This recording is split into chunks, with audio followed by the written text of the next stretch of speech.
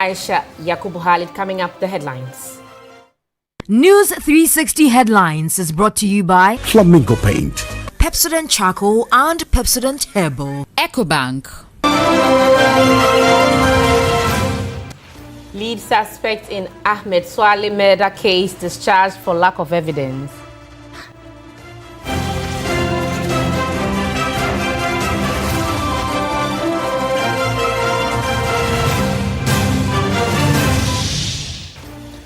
The District Road Improvement Program, DRIP, facing funding challenges to power its equipment.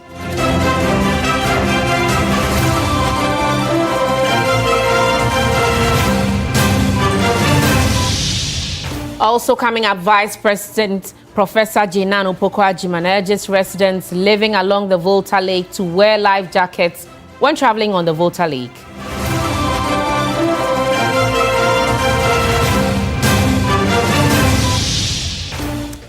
And later in business, finance and tax experts project Cedi to conclude the year at 11 to 12 cedis per dollar, driven by strong Bank of Ghana interventions and export performances. In international news, elite military unit says it has seized power in Madagascar from President André Rajoelina following weeks of youth-led protests.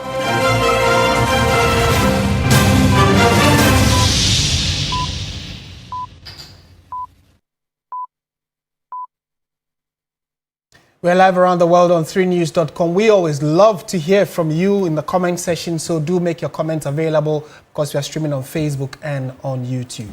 We're beginning from the courts. The Medina District Court has discharged the lead suspect in the murder of investigative journalist Ahmed Suale. Daniel Owusu-Kranting, an investigative journalist, had been charged with abetment of crime and murder in connection with the death. He pleaded not guilty and was on a 50,000 Ghana cedi bail, Lord Eduasare reports. Daniel Owusu-Kranting was arraigned before the Medina District Court on March 19 following his arrest. Prosecution alleged that he led two other alleged culprits currently at large to the home of Ahmed Suale, where he was eventually shot and killed by unknown assailants. In court on Tuesday, October 14, prosecution led by Nanefwa Bamfo informed the court that they had been directed by the Attorney General to discontinue the case. Following the prosecution's withdrawal, presiding judge Susan Nyakote then ordered that Daniel Owusu-Kranting be discharged and disposed of the case. Counsel for Owusu, led by Emma Jean Markin, expressed satisfaction at the development but chastised the prosecution. I think that we were abandoning things that happened 2019, which is something that we cannot do in this matter. In 2019, when this issue happened, a lot of things happened. Several arrests have been made. Have we ever heard of anybody being paraded around the way Daniel Owusu-Kranting was paraded around? Has it ever been heard? But there have been several arrests. If there was more work done, like the way some media houses were saying FBI investigations, it would certainly not be pointing at my clients because you would have known that the gentleman was all the time in the country. She further disclosed that Daniel's mental health had been impacted by the case. After the arrest, after his bail, he's even having to seek medical attention. He's had a lot of emotional trauma. It's not been easy, even for us as lawyers. The Attorney General discontinued the case due to one, lack of sufficient evidence to continue the prosecution of Daniel. He indicated that the sketch which was available to the police did not match with the description of the lead suspect, Daniel Owusu-Kranting. Another thing that came up was that although his phone was pinged at the location where Ahmed Suale was killed, that is in itself is not enough for him to be prosecuted or held for his murder. It remains to be seen what direction the murder trial of investigative journalist Ahmed Suale would take as his assailants appear to be gone with the wind. Well, let's bring you a timeline of events on the Ahmed Suale murder case. We'll bring that to you on your screens shortly. On January 16, 2019, if you recall, Ahmed Suale was shot by unidentified motorbike assailants in Medina. Following that, the Ghana Police Service formed a 13-member committee to investigate. Suale's family accused MP Kennedy Ejapon of inciting the murder, which he denied.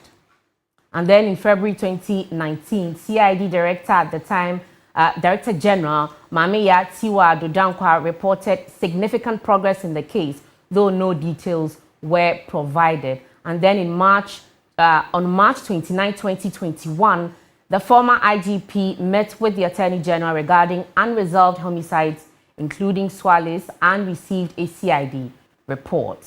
On July 27, 2021, Attorney General Godfrey Yeboadame informed Parliament that no prosecutable docket had been submitted and noted that his follow-up with then IGP James Opombuenu, 5 years after the murder, the Attorney General reiterated that no prosecutable dossier had been presented.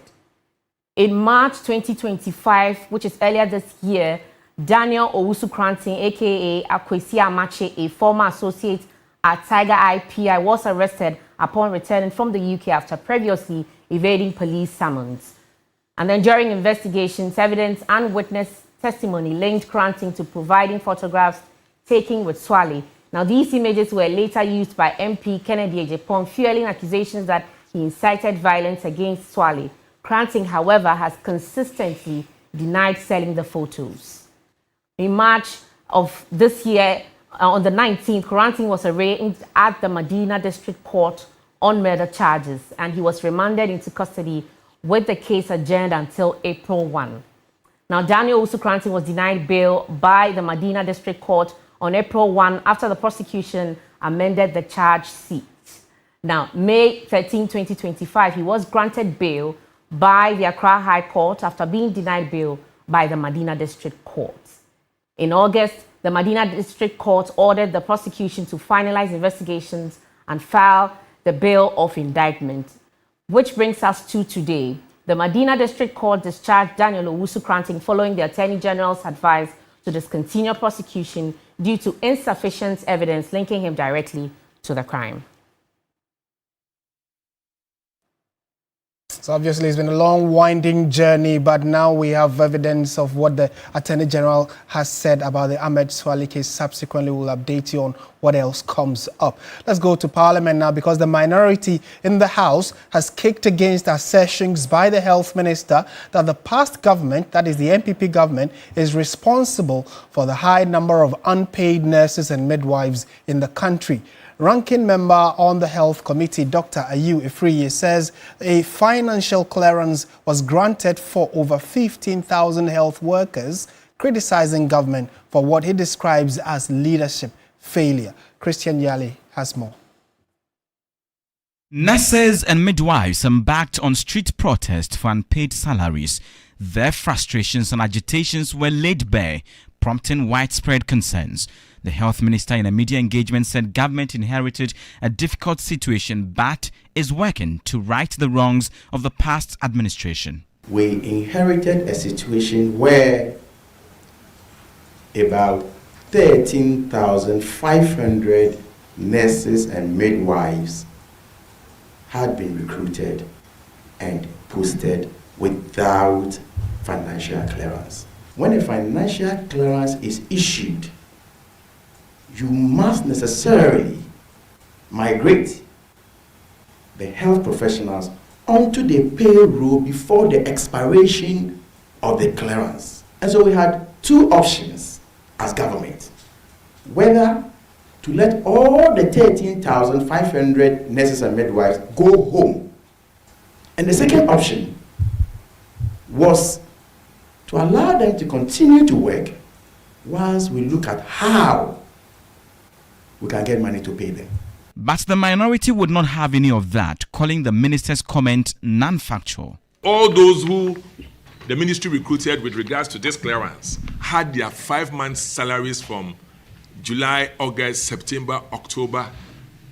Now the difference is that the ministry was able to do its validations and they did it spot on.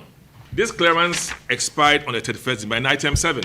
Now, in normal public administration and civil service of this country, financial clearances expire. Even under this government, they will have financial clearances expire and they will go for extension. They did not extend this for political reasons. And then 10 months down, they face an embarrassment where the students or the staff went on a public agitation, demonstration, to draw your mind to this clearance and the need for extension. Embarrassing enough, you are saying that you've taken it to cabinet for an approval. What sort of cabinet do you have to take for an approval when you have a clearance already? The minority is saying that, see, they have been very reasonable over the period and seen to it that they would extend a goodwill, not to even the government of the day, but to the ordinary Ghanaian citizens who need healthcare facilities or services for their daily living. But they just realized that government is, in a way, making the whole situation political, for which reason they have seen the need to respond to this. You're throwing that in the eyes of the people. So government created a mess. And they've seen 10 months, it's caught up on them, and they are fixing it. And that's when you take political decisions. You see, the minority, we are a reasonable minority. We cannot continue to be reasonable when you take the youth of this country for granted. The youth of this country matter, Ghanaians matter, nurses matter, and midwives also matter. Government should come and tell us that there was no clearance. There was, it expired. And they should tell us if indeed in public administration there has not been clearance which had expired and has been extended. It's not news. They should pay them now because the money was allocated. They should pay them now. With the politics playing out and each side seeking to make their case, the stranded and frustrated health workers have only a wish that their salaries are paid and conditions made better. Christian Yali, TV3 News, Parliament. Moving on, after a roller coaster ride in recent months, the Ghanaian Cedi is once again on a strong upward path, gaining more value against the US dollar within just a month. On the international market, the local currency is currently trading at around 11.40 to the dollar, although Bank of Ghana interbank rates still hover around 11.94 cedis. Market analysts have attributed the sharp appreciation to the central bank's recent injection of $1.15 billion in foreign exchange into the economy, coupled with heightened speculative activities on the forex market. The BOG's move, aimed at boosting liquidity and easing import pressures ahead of the Christmas season, appears to have improved sentiments around the city, with total foreign reserves now estimated at $10.74 billion, providing about 4.5 months of import cover. The intervention is expected to stabilize prices, sustain confidence, and maintain relative exchange rate stability through the festive period. Now, my colleague Martin Asiedu-Dartey is at the magic wall to bring us more on that. Martin, how would you say the city is doing currently? The city is doing very well. It's actually quite healthy, and it's interesting you use the word roller coaster because it's not been an easy ride for the city. So we'll look at what exactly the city has been through. And this graph here paints a picture of what the city has been through right from the middle of this year, or let's say May 2025, when the city was around 15 cedis. It started a huge depreciation run, or it started dropping quite rapidly, and many attributed this to the new government that had come into power, the NDC government. And then the question started coming, what exactly is going on to the city? What's happening? Because we seem to be doing well all of a sudden. And the president spoke. And said that the cedi will find its true value around 12 Ghana cedis to the dollar. And coincidentally, just when it had hit 9, 10 there, I beg your pardon, 10 from 11, then it started rising gradually, hit about 12.5, and then stabilized, stood there for a while. Then it brought that understanding. The president said that the cedi will find its true value. Many economists indicated that had the cedi continued its downward spiral, where we're looking at probably 9 cedi to the dollar or 8 cedi to the dollar, it would have its own effect on the economy. So this is where many economists say the cedi's true value currently stands. But over the last few days, the Bank of Ghana decided to inject this amount of money, $1.15 billion into the economy because of the period we are in. We are inching closer to the Christmas period. So a lot of importers would need forex or foreign exchange to bring in many of the things we use during Christmas. And so just the announcement of this and the action of actually releasing this amount into the economy, the city has moved from 12 and then gradually getting to 11. So today, as we speak, if you go to the Forex tomorrow, you're likely to get it around 11.4 or 11.5, depending on where you buy your dollar from. So this is the amount government injected into the economy. And why did they decide to do that? Because coincidentally, as a country, our reserves seem to be quite stable. So Ghana currently, as of August 2025, has $10.74 billion in our reserves. So, which means that if you take all that amount of money we have in our reserves, we look at how much we need for monthly imports into the country, this amount would take us for about 4.5 months or 4.5 months of import cover. And based on that, government decided to take some amount from it and inject this amount. So 1.5 was taken from this 10 billion.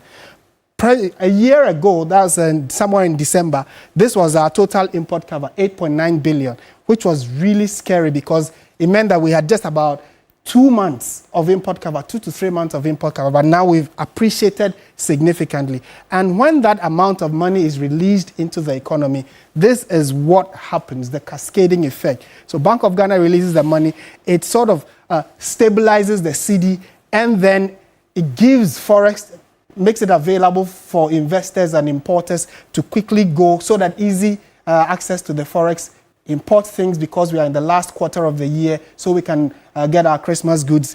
And what impact does it have on your pocket? It means that at least whatever it is you're going to be buying, you're going to have a stable price period for a longer period of time. So primarily, this decision by the Bank of Ghana and the Finance Minister is going to ensure that throughout the Christmas period, hopefully into the first quarter of next year, we should be okay when it comes to money and the economy. Aisha? Martin, we are generally happy that the city is making some gains, especially because we are entering the festive season. Yeah, absolutely. Thank you very much. Let's move on to education now. The Ministry for Education is taking steps to address the pressure on top-performing senior high schools across the country. Education Minister Haruna Idrisu says plans are underway to secure funding for the expansion of Category A school infrastructure starting next year. The computerized school placement system continues to face criticism from students and parents. Many families are frustrated after their wards fail to gain admission to Category A schools institutions that remain in high demand but have limited capacity. Speaking at the inauguration of governing councils for the College of Education in Accra, the minister said government is committed to reducing these challenges by increasing intake capacity in top-tier schools. 76,000 vacancies of Category A, 393 desirous applicants. Given this, every other person would have struggled. But at least we owe the learners an opportunity that they can progress in their career from basic schools to secondary education and to aspire to taste tertiary education. The minister also emphasized government's resolve to improve the quality of teacher education nationwide. He officially inaugurated new governing councils for the various colleges of education. I'm aware of your infrastructure deficit and will do better in the coming days. Even if resources were available, we would make more resources available to the colleges of education. I know a number of the institutions, even vehicles to travel and to undertake basic visits to educational institutions is lacking. I know some of the institutional heads are using vehicles as old as 18 years. That is not good enough. In a related development, Haruna Idrisu announced that government has approved the payment to the book and research allowance for the academic staff in the colleges. The Education Ministry says it will continue working with key stakeholders to enhance access, equity, and quality across Ghana's education system.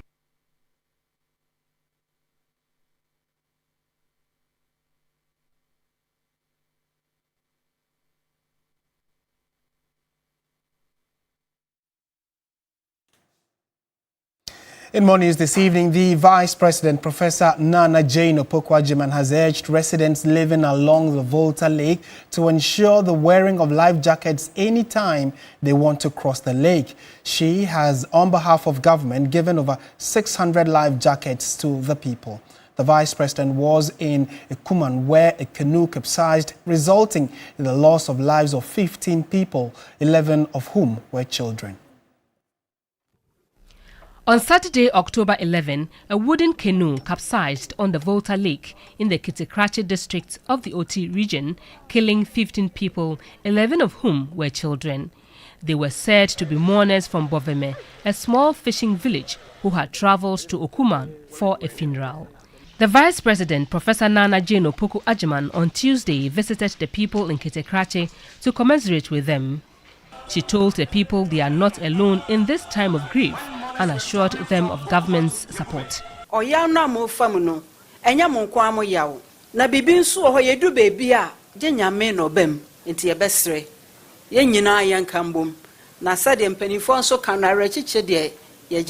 us all support and work together to ensure this type of accident becomes a thing of the past.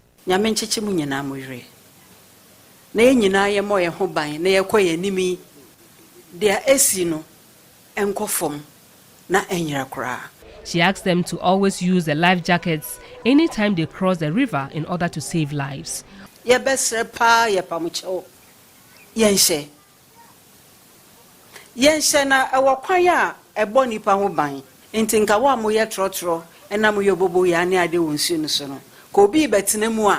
The owners of canoes and other commercial transport leaders should always ensure people wear the life jackets. We will bring more of them to ensure everyone gets to use them. On behalf of government, she donated over 600 life jackets and other relief items to support the bereaved and affected persons. Lack of dedicated funding sources for fuel to power equipment meant for the District Road Improvement Program DRIP is hampering the initiative. Inner community roads remain in poor condition, while the Kwewu-Afram Plains North and South districts struggle to keep up with maintenance demands. The NPP administration introduced the District Road Improvement Program DRIP to improve road infrastructure at the local level. The initiative aims to boost economic growth, create jobs and improve access to essential services such as healthcare and education by connecting rural and remote areas. However, the assemblies are unable to fully utilize the equipment due to the absence of dedicated funding for fueling and maintenance. In the Kwewu-Afram Plains North and South districts, the situation is particularly dire. Roads have become impassable, prolonging travel time, increasing transport fares and damaging vehicles. Residents say they are overwhelmed by the worsening state of roads and the government's slow pace in addressing the problem. Machines are here that we could use for our routes, but we don't know what's happening at the top there. So the routes are still not done. Our routes are not good. They will come and tell us here that they will do it for us. Then we vote for them. After that, no, we don't see them again. To bring some relief, the district chief executives of Kwewu-Afram Plains North and South have joined forces to rehabilitate their main trunk roads using the available DRIP equipment. This was after they solicited for funds from community members. There was no allocation for this the reshaping, but God being so good, we came together and we appealed to philanthropists and then some good friends somewhere to support us with fuel. The machines are in good shape. Once they are in good shape, what we needed is fuel, and then monies that will give it to the operators and then the drivers to work on the road. And yes, work is ongoing. Work is ongoing. Even though there are challenges, at times we run out of funds, we have to go and then re-appeal again for funds. But we are not giving up. District Chief Executive for Kwewu-Afram Plains South, Moses Tangbe, urged for allocation in the next year's District Assembly Common Fund. No, the Common Fund that came, we have allocation for each sector. When you go into it, you see an allocation for markets, allocation for education, allocation for health, and then legacy projects, and then furniture and other things, school furniture and other things. But there was no an allocation for routes, something like reshaping of routes, and then Greek, so that next year allocation of common fund, they will factor all these things. National Coordinator for DRIP, Edwin Nilante Vanderpoel, further explains the importance of the proposed funding structure to sustain the program's objectives. A lot of these wonderful, viable initiatives were done or were started by government. But because the people who were entrusted with the responsibility of managing these things, we did not have the right attitude and the right mindset, they failed. We don't want to go through that part. We don't want to also fail. As rural Ghana continues to depend heavily on feeder and community roads for its livelihood, the sustainability of the DRIP initiative remains crucial. Stanley Niblew, TV3 News, Tiase, Eastern Region. It's not every day you hear of customers smiling when officials from a utility company come knocking. The Ghana Water Company Limited is showing up not to disconnect, but to say thank you, maybe to a set and also to set new standards. Noble Crosby and joined the team and has come through with this report. At a time when many dread the knock of a utility officer, a few households and businesses have received something rare: appreciation. Some customers within the Accra East region of the Ghana Water Company Limited are being recognized not for defaulting, but for doing the right thing. For most people, paying bills is just another obligation. You pay and move on. But imagine being thanked for it. That's exactly what is happening here. So we want everybody to learn from your dedication and commitment to the growth of Ghana Water by paying their water bills on time. So we value you so much. Thank you, Ghana Water, for coming to visit me. It's not every day that paying your water bill earns you recognition. Yet, for some loyal customers in the Accra East region, that simple act of consistency has brought unexpected rewards. The tokens may be modest, a mention or a handshake, but the message behind them feels significant, a shift in tone between citizens and service providers. Beneficiaries say the gesture will motivate them to stay disciplined. Thank you very much for doing this for your customers. It would encourage others to keep paying.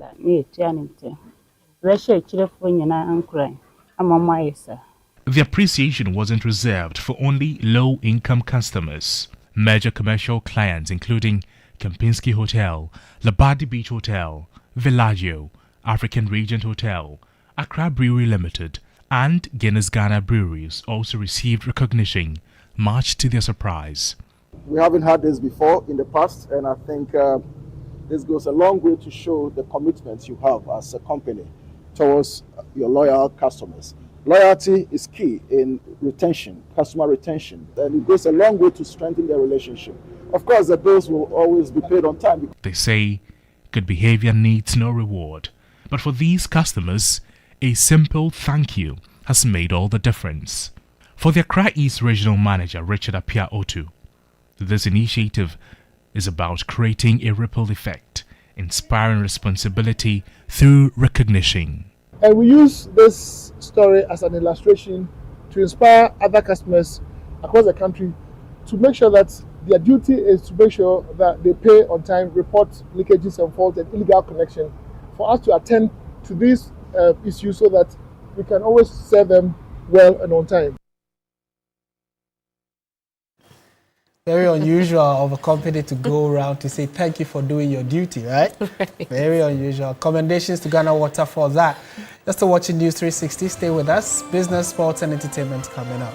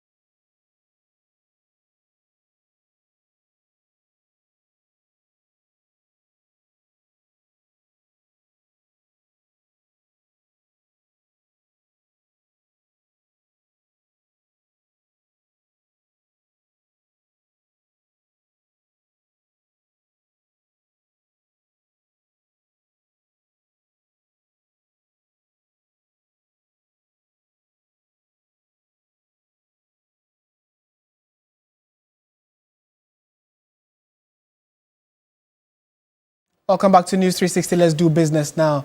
A finance and tax expert, Nelson Kujo Kwagbeji, has projected the Cedi to maintain its current stability, forecasting an end-of-year exchange rate situated between 11 and 12 cedis per dollar. The positive outlook is contingent on two critical factors: the Bank of Ghana's sustained intervention strategy and the favorable performance of global commodity markets. Ghana's local currency on a firm rebound, strengthening sharply over the past 2 weeks on the back of strong central bank actions and rising export inflows.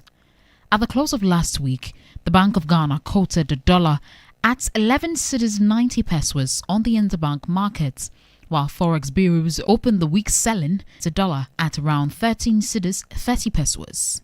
According to Databank research, the Cedi appreciated nearly 2% against the dollar, 2.3% against the euro, and 2.5% against the British pound on the interbank market.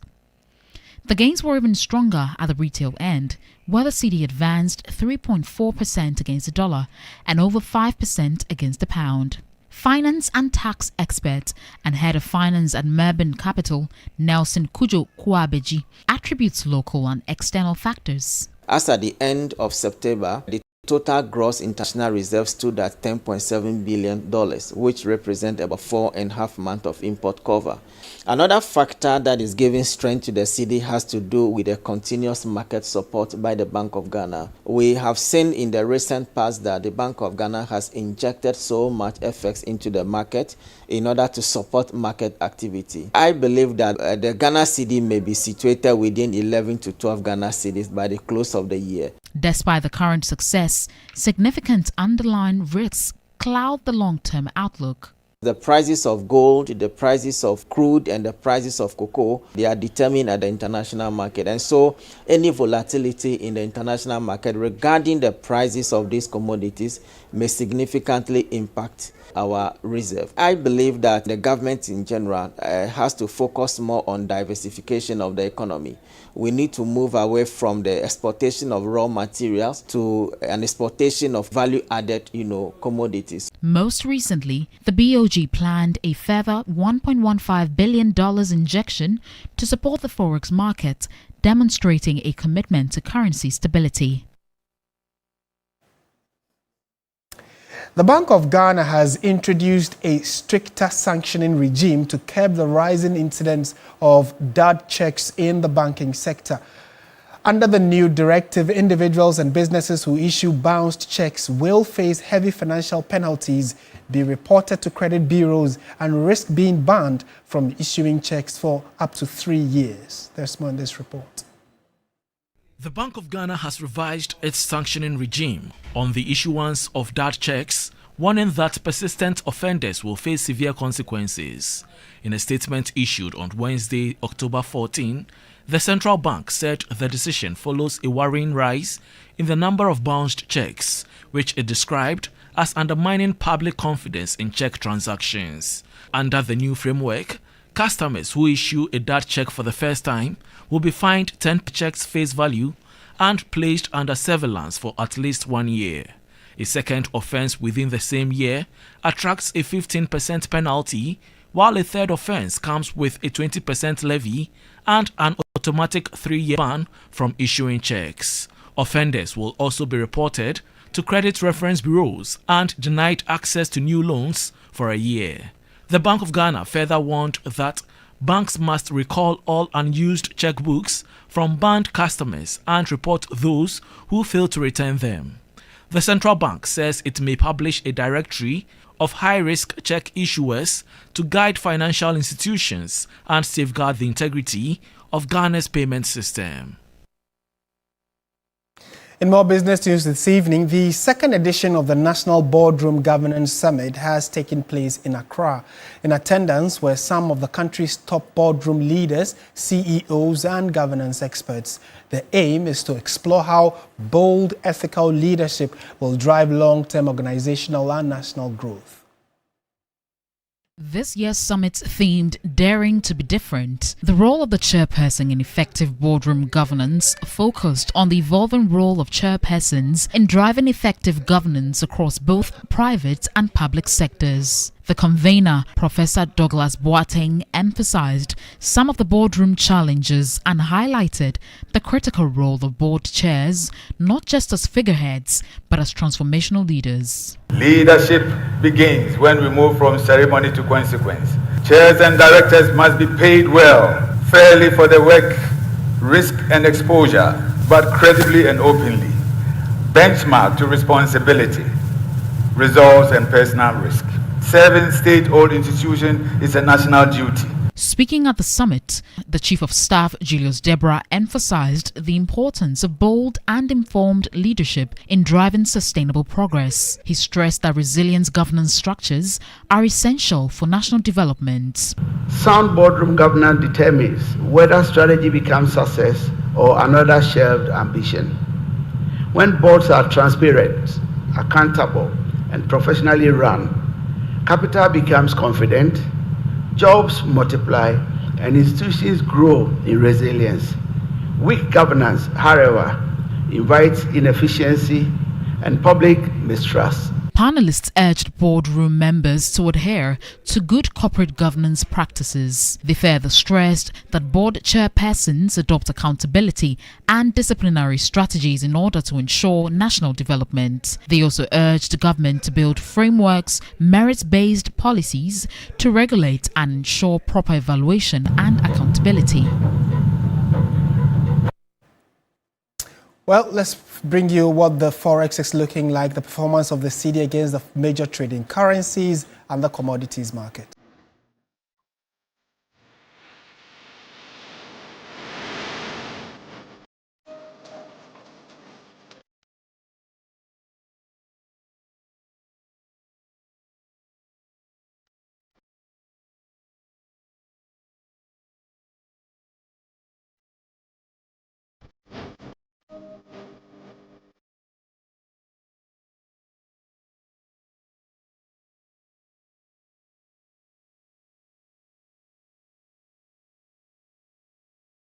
That's it for business on News 360. We have sports right after this.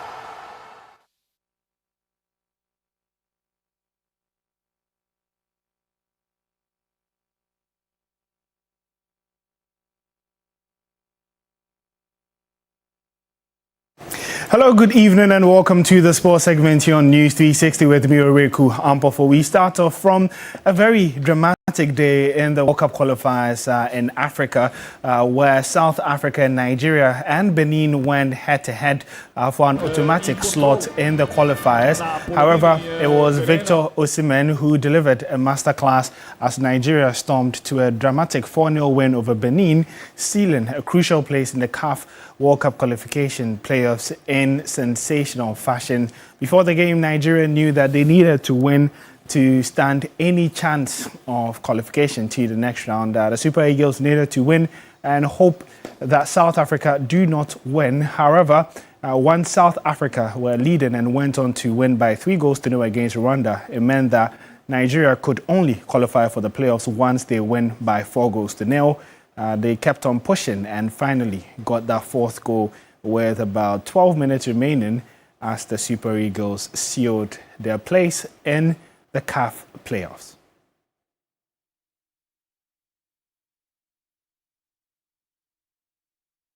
And so that is how the standings look like for the race for the playoffs.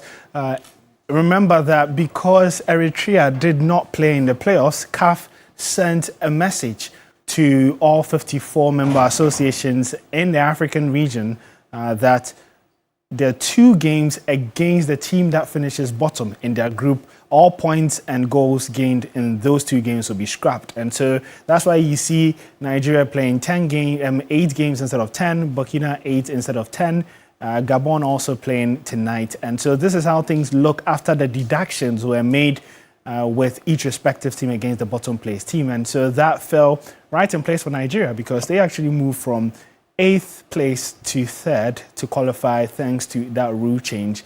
And so they would head into the playoff, which we played in Morocco. 2 games in a semi-final, a final, and the winner would then cross over into the border. That would be the playoffs that will be played for the intercontinental playoff for the winner from CAF. And then there would be representatives from the different continents making 6 teams, and 2 from that would finally qualify for the World Cup. And so we're bringing you more updates on that as well. However, the Ghana Football Association has officially launched the maiden edition of the Elite Under-19 Championships, which will take place at the Ghana Soccer Center of Excellence in Pram Pram. The championship is targeted at unearthing talent in the country. My colleague Nana Kweku Anderson has more in the following report. The 11-day tournament is set to feature 10 regional football association under-19 teams and will take place from October 23rd to November 2nd, 2025.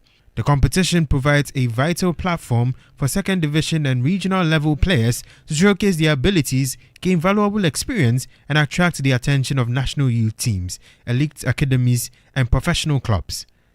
Chairman of the championship, Ede Magbana, believes the initiative will make a lasting impact. This tournament is targeted at players who were born in 2007 and 2008 and players who are currently registered with and playing with Division 2 teams across the country. And it will be the best opportunity for us to unearth the next generation. The championship forms part of the Ghana Football Association's broader Power to the Youth policy and aligns with key national and international football development programs, including the FIFA Talent Development Scheme, the Elite Academies Project, and the Catch Them Young Refereeing Program. And create platforms that will allow the youth of our country, boys and girls, to realize their dreams. The whole idea, obviously, is to create the needed platform, opportunity for our youth, not only to be identified, but to be offered a chance to develop their talents. The tournament is expected to be a significant milestone in Ghana's football development pathway, combining grassroots participation with elite performance and setting the stage for the discovery of the country's next generation of football stars.